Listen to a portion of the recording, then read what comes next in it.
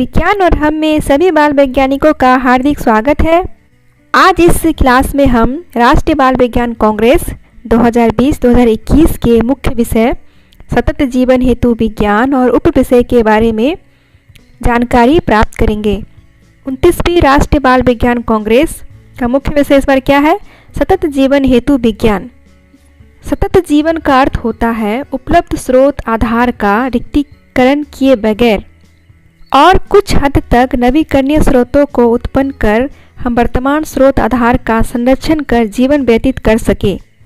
आप सभी को पता ही होगा कि हमारी पृथ्वी विकास करोड़ों वर्ष अरबों वर्ष पहले हुआ, फिर विकास के साथ साथ अनेक चीज़ों का निर्माण होता गया। हम जितने सारे मानव जीवन का है या पेड़ पौधे हैं या कोई भी जीव जंतु का विकास भी निरंतर होता गया और फिर विकास होते होते आधुनिक युग का भी प्रारंभ हुआ और हम इस आधुनिक युग में वो हर चीज़ हम अपनी मुट्ठी में कर चुके हैं जिनको हम कभी सोच भी नहीं सकते थे। आज हमारे मुट्ठी में पूरी दुनिया सिमट कर रह गई है। बहुत हद तक नए नए आविष्कार किए हैं, आधुनिक युग का एक नया ही रूप देखा है। लेकिन इन सब के साथ साथ इन आधुनिकीकरण के कारण आज हम खुद ही अपने पैरों पर कुल्हाड़ी मार रहे हैं, क्योंकि अत्याधुनिक कारखानों का निर्माण, बड़े बड़े मशीनों का उपयोग या फिर पहाड़ों को काटना, पेड़ों को काटना, इससे क्या हो रहा है? ग्लोबल वार्मिंग का खतरा बढ़ते जा रहा है और हमारी पृथ्वी क्या हो रही है? वो धीरे धीरे एक कह सकते हैं वो धीरे धीरे मृत्यु के कगार पर आ रही है और एक न एक दिन हो सकता है कि इस पृथ्वी से प्रकृति ही गायब हो जाए, हर चीज़ गायब हो जाए और उस वक्त शायद जीवन भी खत्म हो जाएगा। तो सतत जीवन हेतु विज्ञान, अब हमें इस तरह के टेक्नोलॉजी और इस तरह के योजनाओं पर ध्यान देना होगा जो हमारे जितने सारे उपलब्ध स्रोत हैं, चाहे वो हवा हो, वायु हो, पानी हो, भोजन हो, तेल हो, पीने योग्य पानी हो, नदियाँ हो, तालाब हो, प्रकृति हो, जीव जंतु हो, पेड़ पौधे हैं, इन सभी को नुकसान किए बगैर हम ऐसे नवीकरणीय स्रोतों को उत्पन्न कर वर्तमान स्रोत आधार का संरक्षण करें, उसको सुरक्षित करें ताकि यह जो जीवन है ये निरंतर चलता रहे और हमारे आने वाली अनेक हजारों लाखों पीढ़ियों को किसी चीज़ की कोई कमी महसूस नहीं हो। विज्ञान का अर्थ ये नहीं होता है कि हम प्रकृति को ही खत्म कर दें। विज्ञान का अर्थ हुआ हम प्रकृति का सृजन करें, उसको सही सलामत रखें। इस कोरोना काल में हम सभी ने देखा कि प्रकृति से खिलवाड़ करने का क्या नतीजा हो सकता है। कोरोना वायरस अब प्राकृतिक है या अप्राकृतिक है ये तो वक्त ही बताएगा, लेकिन उसके वजह से पूरी दुनिया के लोगों में त्राहिमाम छा गया। चलिए हम बाकी की बातें बाद में करेंगे, फिलहाल हम अपने विषय पर ध्यान देते हैं। तो हमारा मुख्य विषय है सतत जीवन हेतु विज्ञान, यानी कि ऐसे विज्ञान का प्रयोग जो जीवन को निरंतर कामयाब रखे, उसे जिंदा रखे और आने वाली पीढ़ियों को किसी भी चीज़ की कोई कमी न हो, कोई भी स्रोत जो है उपलब्ध है जीवन जीने के लिए वो यथावत बने रहे। 29वीं राष्ट्रीय बाल विज्ञान कांग्रेस यानी कि 2020-21 वर्ष के लिए मुख्य विषय हमें पता है सतत जीवन हेतु विज्ञान है और सर्वाधिक उचित एवं उपयोगी है। अभी हमें इस विषय की सबसे ज़्यादा ज़रूरत है। अगर हम बचपन से ही बच्चों में इस वैज्ञानिक दृष्टि को पैदा करें कि सतत जीवन हेतु विज्ञान का होना आवश्यक है, तो आगे चलकर युवा अवस्था में और प्रौढ़ावस्था में वो यकीनन वो अपने प्रकृति के बारे में, अपने वातावरण के बारे में सोचेंगे और इस पर अमल भी करेंगे। व्यापक परिप्रेक्ष्य में यह देश के युवा मस्तिष्क में विज्ञान की विधि को प्रोत्साहित करेगा। इस प्रकार बच्चे सतत जीवन अपनाने के सिद्धांतों का प्रयोग करने योग्य बनेंगे तथा अपनी परियोजना आधारित उद्यम के द्वारा विज्ञान एवं प्रौद्योगिकी के प्रयोग से प्राप्त शक्ति के आधार पर टिकाऊ विकास की राह का निर्माण करेंगे। अभी हम कुछ भी सीख सकते हैं तो स्कूल के माध्यम से ही सीख सकते हैं और हम शिक्षकों का यह कर्तव्य है कि हम अपने बच्चों को एक ऐसी वैज्ञानिक दृष्टिकोण सोचने की उसको क्षमता प्रदान करें जिससे वे हर चीज़ को उसकी तुलना करें, उसको परखें, उसको समझें और अपने जीवन में उसे अमल करें। राष्ट्रीय बाल विज्ञान कांग्रेस का मुख्य विषय सतत जीवन हेतु विज्ञान है और उप विषय है सतत जीवन हेतु पारितंत्र। दूसरा है सतत जीवन हेतु उपयुक्त प्रौद्योगिकी। तीसरा है सतत जीवन हेतु अभिकल्पना, विकास, मॉडलिंग और योजना। और चौथा है हमारा सतत जीवन हेतु सामाजिक नवाचार। और पांचवा हमारा विषय है पारंपरिक ज्ञान प्रणाली। पहला उप विषय है सतत जीवन हेतु पारितंत्र। पारितंत्र इकोसिस्टम, आप लोगों को पता होगा कि इकोसिस्टम क्या है। हमारे आसपास का वातावरण, उसमें जलवायु, वायु, पानी, हवा, वातावरण, पशु पक्षी, जीव जंतु, जितने सारे चीज़ें हैं वो सभी क्या है, इकोसिस्टम का एक अंग है। इन सब के बिना हम इकोसिस्टम की कल्पना नहीं कर सकते हैं। पारितंत्र को समझना, उसके बारे में जानना, पारितंत्र के लिए क्या ज़रूरी है, क्या ज़रूरी नहीं है, या अगर हम किसी चीज़ को अगर पारितंत्र से हटा दें तो उसका क्या परिणाम होगा, उस विषय पर भी हम अपनी परियोजना बना सकते हैं। जीवन की विविधताओं की खोज एवं भूमिका। जीवन में बहुत सारी विविधताएं होती है। हर जलवायु के कारण, वातावरण के कारण, मौसम के कारण अलग अलग विविधताएं हैं, उसकी हम खोज कर सकते हैं, उसका अध्ययन कर सकते हैं और उसकी भूमिका क्या है पारितंत्र में, हम उस पर भी प्रोजेक्ट का निर्माण कर सकते हैं। मानवीय क्रियाकलापों का पारितंत्र पर प्रभाव। अब हम मानव के द्वारा जितने सारे आविष्कार होते हैं और जितने सारे कारखानों का निर्माण होता है, जितने सारे नए नए चीज़ों का आविष्कार होता है, अत्यधिक वाहनों का प्रयोग या फिर वैज्ञानिक प्रयोग या कृषि के क्षेत्र में रसायनों का प्रयोग, जितने सारे चीज़ें हैं ये हम जितने सारे मानव करते हैं, प्लास्टिक का अत्यधिक प्रयोग करना या फिर भूमिगत जल का कम होना, इन सब चीज़ों पर जो प्रभाव पड़ रहा है पारितंत्र पर, हम उसके बारे में भी अपनी परियोजना प्रोजेक्ट को तैयार कर सकते हैं। जैव विविधता एवं पारितंत्र का संरक्षण। हम जैव विविधता को किस प्रकार उसकी सुरक्षा कर सकते हैं, हम मानव और पारितंत्र का किस तरह संरक्षण कर सकते हैं ताकि इकोसिस्टम में किसी प्रकार की कोई गड़बड़ी ना हो, ये हमारा उपविषय है सतत जीवन हेतु पारितंत्र। आपको पारितंत्र को समझना होगा और उससे संबंधित जितनी सारी परियोजना बन सकती है आप उसको चुन सकते हैं। हमारा दूसरा उप विषय है सतत जीवन हेतु उचित प्रौद्योगिकी। अब इसमें हम कुछ परियोजनाओं पर चर्चा कर सकते हैं कि इसे इन सब्जेक्टों पर परियोजना बन सकती है। आप उसका विस्तृत रूप से अध्ययन कीजिए और अपने प्रोजेक्ट में लग जाइए। तो देखिए, उचित प्रौद्योगिकी का डिजाइन एवं विकास।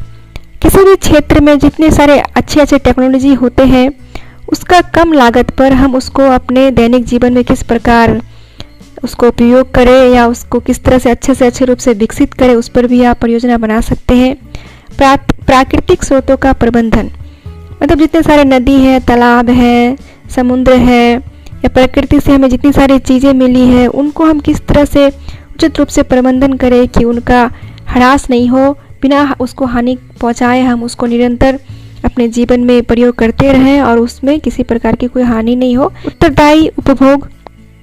किसी भी चीज़ का जब हम उपभोग करते हैं तो वो सिर्फ उसको ख़त्म करने के हिसाब से ना करें, उसमें सृजन करने की भी ताकत हो, इस तरह से हम उसका यूज करें।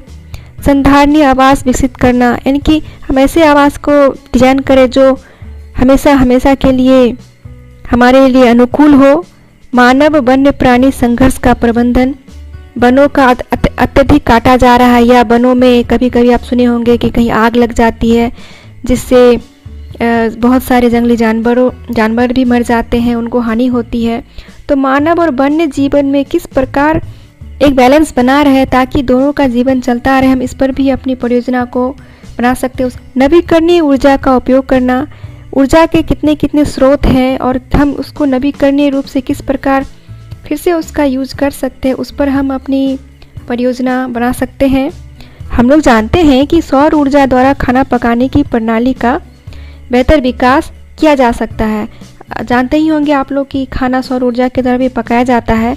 तो हम इस प्रणाली को कितना से कितना बेहतर कर सके, वो अपने हिसाब से अपने बुद्धि विवेक से उसका हम विकास कर उसका नया डिज़ाइन को हम विकसित कर सकते हैं। बाढ़ की समस्या। हमारे बिहार में अधिकतर बाढ़ की समस्या होती है।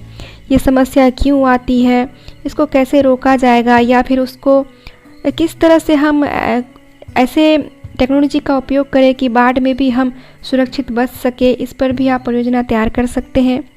वर्षा जल संचयन, कभी कभी आपने देखा होगा कहीं कहीं कि बारिश ही नहीं होती है, या फिर बारिश होती है लेकिन बाढ़ के कारण सारे के सारा क्या होता है, पानी बह के निकल जाता है। तो क्या बारिश होती है, एक वक्त तो बहुत ज़्यादा पानी आ जाता है, लेकिन फिर बाढ़ के द्वारा पूरा पानी बह जाता है और उस पानी का कोई यूज़ नहीं हो पाता, और बाद में फिर पानी की किल्लत होने लगती है। या फिर कहीं वर्षा ही नहीं होती है या कम वर्षा होती है, तो हम वर्षा जल का संचयन उसका कैसे करें, कैसे उस स्टोर करें अपने घरों में या अपने खेतों में, ताकि पानी की समस्या नहीं हो कृषि के लिए या किसी अन्य चीज़ के लिए। तो उस पर भी हम अपनी परियोजना बना सकते हैं। ग्रामीण इलाकों में आपने देखा होगा कि कुओं से पानी निकाला जाता है, नदियों से पानी निकाला जाता है, तो हम पानी खींचने के लिए पथ संचालित पंप का भी निर्माण कर सकते हैं। जहाँ अब लाइट नहीं है या जहाँ लाइट की व्यवस्था करनी बहुत मुश्किल है, ऐसे जगहों पर हम पानी कैसे खींचें, तो ये हमारे कुछ है परियोजना से संबंधित। हम इस सब्जेक्ट पर भी परियोजना अपनी बना सकते हैं। मुझे विश्वास है कि आप लोग मेरी बातों को समझ रहे होंगे, और ध्यान से सुनिएगा। मैं बहुत संक्षिप्त रूप से आप सबको बताने की कोशिश कर रही हूँ। हमारा तीसरा उपविषय है सतत जीवन हेतु सामाजिक नवाचार। मतलब समाज के प्रति हम क्या कर सकते हैं जो हमारे समाज की स्थिति सुधरे, या उससे जुड़ी हुई समस्याएं को हम कैसे अपने स्तर से सुधार सकते हैं, वो आप बाल वैज्ञानिक भी कर सकते हैं। हम सभी का ये उत्तरदायित्व है कि हम अपने समाज को एक अच्छी स्थिति में लेकर जाएं, और आप सभी बाल वैज्ञानिक अपनी सोच से, अपनी समझ से इस कार्य को भी कर सकते हैं। तो आप सभी बाल वैज्ञानिक इसको भी देखें और समझें। जीवन की सुरक्षा, आजीविका, सामाजिक समावेश, गरीबी उन्मूलन, हम इस विषय पर भी अपनी परियोजना तैयार कर सकते हैं कि गरीबी का उन्मूलन किस प्रकार हम सामाजिक स्तर पर करें। जीवन की जो सुरक्षा है उस कैसे करें, चाहे वो बीमारी से हो, चाहे वो फिर आपदा से हो, या किसी भी तरह से अगर हमारे जीवन की सुरक्षा किस प्रकार हो।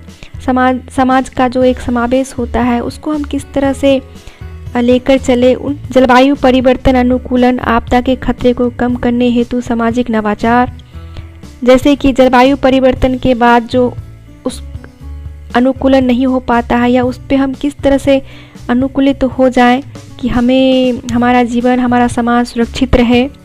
आपदा यानी कि कभी बाढ़ आती है, कभी भूकंप आता है, होगा कि बिजली गिरने से काफ़ी लोग घायल होते हैं या मर जाते हैं।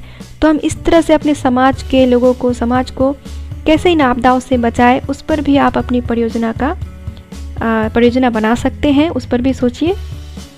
सामाजिक उद्यमिता, यानी कि समाज में हम अपने बहुत सारे ऐसे हुनर होते हैं, कौशल होते हैं। भी आपने देखा कि गांव में लकड़ी से बहुत कुछ बनाई जाती है, या फिर बांस के चीज़ों से बनाई जाती है, जूट से बहुत सारी चीज़ों को बनाया जाता है, कृषि से संबंधित भी बहुत सारी चीज़ें होती हैं। तो हम उन सब चीज़ों को कैसे हम सामाजिक उद्यमिता के लिए उसको प्रेरित करें, इस पर भी हम अपनी परियोजना तैयार कर सकते हैं। शहर या गांव में नेकी या सद्भावना की दीवार का निर्माण कैसे करें। नेकी या सद्भावना की दीवार के बारे में आपने सुना होगा, जहाँ जिस चीज़ की ज़रूरत हो वहाँ पे रख दिया जाए, और जिसको उसकी ज़रूरत होगी वहाँ से ले जाए, ताकि समाज के लोग, सभी वर्ग के लोगों में समानता की भावना हो, और जिनको जिस चीज़ की ज़रूरत हो वो वहाँ से उस चीज़ को ले जाएं। तो ये एक सामाजिक विश्वास की भावना का भी विकास होता है। बीमार लोगों को पौष्टिक आहार, जैसे गांव में अधिकतर लोग एनीमिया के शिकार हो जाते हैं, उनमें खून की कमी होती है। तो हम न्यूनतम लागत में हम उनको पौष्टिक आहार का कैसे व्यवस्था करें या किस तरह से अरेंज करें, हम उस पर भी अपनी परियोजना का निर्माण कर सकते हैं।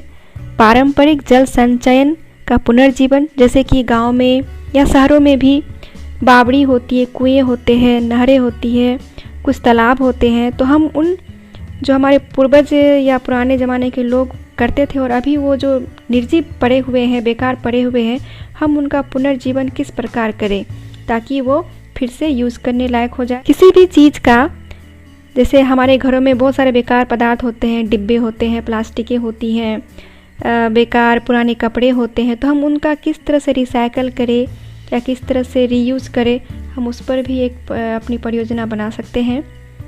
और छत पर अगर किन्हीं के पास ज़मीन नहीं है या सब्ज़ी उगाने के या खेती करने के लिए ज़मीन नहीं है, तो फिर हम छतों पर भी टेरेस गार्डन का निर्माण कर सकते हैं। छतों पर भी डिब्बों में, प्लास्टिक के डिब्बों में भी सब्ज़ी उगा सकते हैं, उस पर भी हम अपनी परियोजना बना सकते हैं। हमारा चौथा उपविषय है सतत जीवन हेतु अभिकल्पना, विकास, मॉडलिंग एवं योजना। मतलब जीवन में ऐसे विज्ञान का प्रयोग हम करें जो पूर्ण रूप से वैज्ञानिक दृष्टिकोण से सुसज्जित हो, उसमें विकास करने की क्षमता हो, वो ऐसा मॉडल, योजना और मॉडलिंग हो जो मानव जाति के लिए किसी भी क्षेत्र में उसके जलवायु या वातावरण या उसके रीति रिवाज के आपदा प्रभावित क्षेत्र जैसे बाढ़ या भूकंप या जहाँ अत्यधिक बारिश होती है या सूखा पड़ता है, तो उसमें हम किस प्रकार का पुल का निर्माण करें, किस प्रकार का आवास का निर्माण करें, या किस प्रकार के वहाँ पे वो भौगोलिक क्षेत्र के अनुसार सभी चीज़ें बने, उस पर भी हम अपनी मॉडल बना सकते हैं, उस पर अध्ययन कर सकते हैं, उस पर हम लोग रिसर्च कर सकते हैं। परिवहन तंत्र, ऊर्जा तंत्र, कृषि तंत्र का डिज़ाइन, हम कृषि क्षेत्र में किस प्रकार का डिज़ाइन करें या उसके उपकरणों पर या कृषि करने के तरीक़ों पर किस प्रकार की योजना बनाएं कि हमारा जो सतत जीवन हेतु जो विज्ञान है वो इस पर लागू हो। हमारा अंतिम और पांचवा उपविषय है सतत जीवन हेतु पारंपरिक ज्ञान प्रणाली। पारंपरिक ज्ञान प्रणाली का उपयोग एवं समझ। अब पारंपरिक ज्ञान प्रणाली क्या है? हमारे पूर्वज किस तरह से जीवन यापन करते थे, आज से हजारों लाखों वर्ष पहले किस तरह से लोग रहते थे और किस तरह से वो भवन का निर्माण हुआ या पुलों का निर्माण हुआ या बड़े बड़े मंदिरों का निर्माण हुआ, महलों का निर्माण करते थे, और आज तक वो सारी चीज़ें सुरक्षित है। जबकि अभी नए जो आधुनिक तकनीक से कितने से सारे पुल बनते हैं या महल बनते हैं, तो कुछ ही सालों में वो गिर जाते हैं। तो हमें अपने पारंपरिक ज्ञान प्रणाली को समझना होगा और वो किस तरह से सोचते थे, किस तरह से डिज़ाइन करते थे, हमें उसके बारे में भी समझ अपनी बनानी होगी और हम इस पर अपनी परियोजना बना सकते हैं। समाज के अंदर वृद्धि एवं सामाजिक समावेश को प्रोत्साहित करना, बीज भंडारण के परंपरागत तरीके।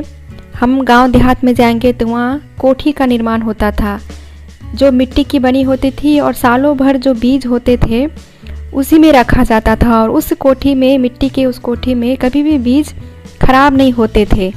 तो इस तरह से जो पुराने ज़माने के लोग जो बीज भंडारण करते थे वो कितनी सुरक्षित थी और अभी आधुनिक तरीके से जो रखा जाता है वो कितनी सुरक्षित है, हम दोनों का तुलनात्मक अध्ययन कर सकते हैं और बीज भंडारण के पारंपरिक तरीके में भी हम लोग इस पे परियोजना बना सकते हैं। पारंपरिक और आधुनिक जल शोधन पद्धति का तुलनात्मक अध्ययन कर सकते हैं कि पुराने ज़माने के लोग किस प्रकार से पानी का शुद्ध करते थे, उसको कैसे छानते थे और किस तरह से उपयोग करते थे। और अभी जो आरओ हो गया, फिल्टर हो गया, बहुत सारे कैंडल वाले फ़िल्टर, फिर वो इलेक्ट्रिक वाले, इस तरह के जो फ़िल्टर वगैरह का जो हम लोग यूज़ करने लगे हैं, तो पुराने ज़माने के तकनीक में और आधुनिक ज़माने के तकनीक में क्या मतलब अंतर है या दोनों में से कौन बेहतर है या कौन क्या है, मतलब अच्छा है या उसमें क्या खामियां है, हम उस पर भी एक तुलनात्मक अध्ययन कर सकते हैं। चूहों पर नियंत्रण। हम सभी चूहों के आतंक से परेशान रहते हैं, ये हम सभी को पता है, चाहे वो शहरी क्षेत्र हो या ग्रामीण क्षेत्र हो। खास करके खेतों में चूहे आतंक मचा के रखते हैं, तो हम चूहों को किस तरह से उसको नियंत्रित करें जिसमें प्रदूषण भी ना हो, तो इस पर भी हम अपनी परियोजना बना सकते हैं। कीट नियंत्रण के तरीके। अभी कुछ दिन पहले आप लोगों ने टीवी पर या न्यूज़ पर सुना होगा कि टिड्डी का आक्रमण हो गया था राजस्थान की तरफ, गुजरात की तरफ, हरियाणा या पंजाब की तरफ। टिड्डियों का काफ़ी ज़्यादा आक्रमण हो गया था और में वो घुसते थे, उस फसल को चट करके ही ख़त्म कर देते थे। तो ये किसानों के लिए काफ़ी दुखदाई होता था। टिड्डियों का नियंत्रण जो है वो किस प्रकार हो, या कि जितने जो हानिकारक कीट फतंगे होती हैं जो फसलों को बर्बाद करती हैं, वो हम किस प्रकार से पारंपरिक तरीके से या हम किस प्रकार से करें कि वो कीट नियंत्रित हो, तो उस पर भी हम अपनी परियोजना कर सकते हैं, उस पर रिसर्च कर सकते हैं एक बाल वैज्ञानिक की तरह। जल संचयन की पारंपरिक तरीके आधुनिक युग में उपयोगिता।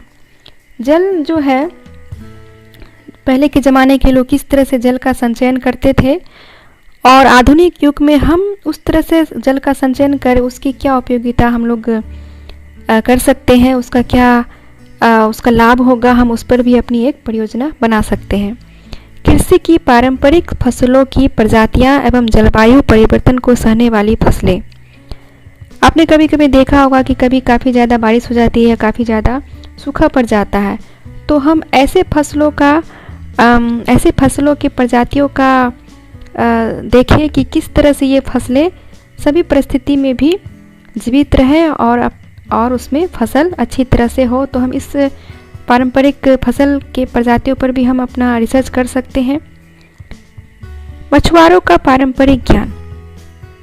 मछुआरे जो होते हैं उनको मछली पकड़ने का चाहे वह मछली पालने के तरीके जो होते हैं, वो पारंपरिक जो ज्ञान है उस पर भी हम रिसर्च कर सकते हैं। आप बाल वैज्ञानिक जरूर इस परियोजनाओं को ध्यान से सुने और देखें और इन पर अमल भी कीजिएगा। पारंपरिक खानपान से स्वास्थ्य लाभ तथा आधुनिक खानपान का तुलनात्मक अध्ययन।